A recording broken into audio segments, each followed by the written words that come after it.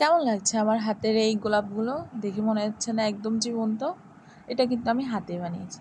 আসসালামু আলাইকুম বন্ধুরা, চলুন দেখিনি আমরা কিভাবে এই গোলাপগুলো বানিয়ে নিলাম।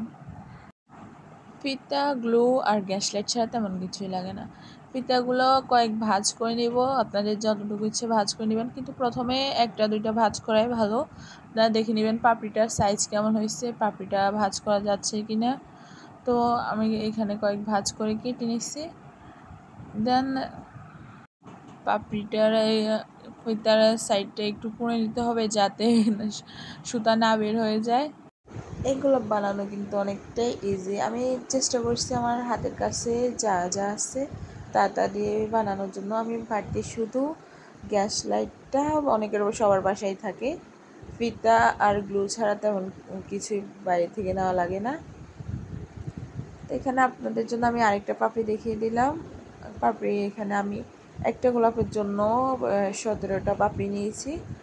তো তার আর আমার ফুলের তোড়ায় মোট 16টা গোলাপ ছিল মেবি।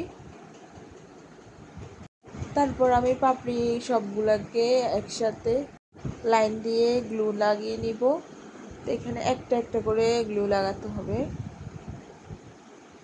এই তোড়াগুলো অনলাইনেও কিন্তু বিক্রি করা হয়, তারা বানিয়ে বিক্রি করে, আপনারা চাইলে নিতে পারেন। আপনারা যদি এত কষ্ট করতে না চান, চাইলে আমার থেকেও নিতে পারেন, এটা আপনাদের সম্পূর্ণ আপনাদের ইচ্ছে।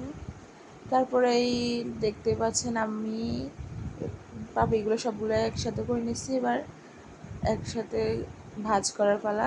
তো আমি এখানে আমার কাছে কাঠি ছিল না, আমি শলা নিয়েছি, আমাদের বাসায় শলা ছিল। এটা ভিতরে থাকে দেখা যায় না, এই জন্যই নেওয়া।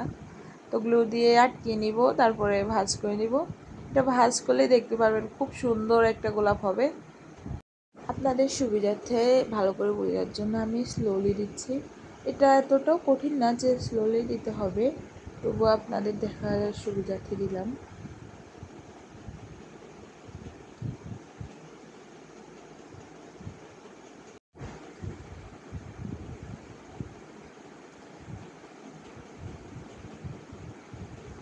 এখনই কিন্তু অনেক সুন্দর লাগতেছে।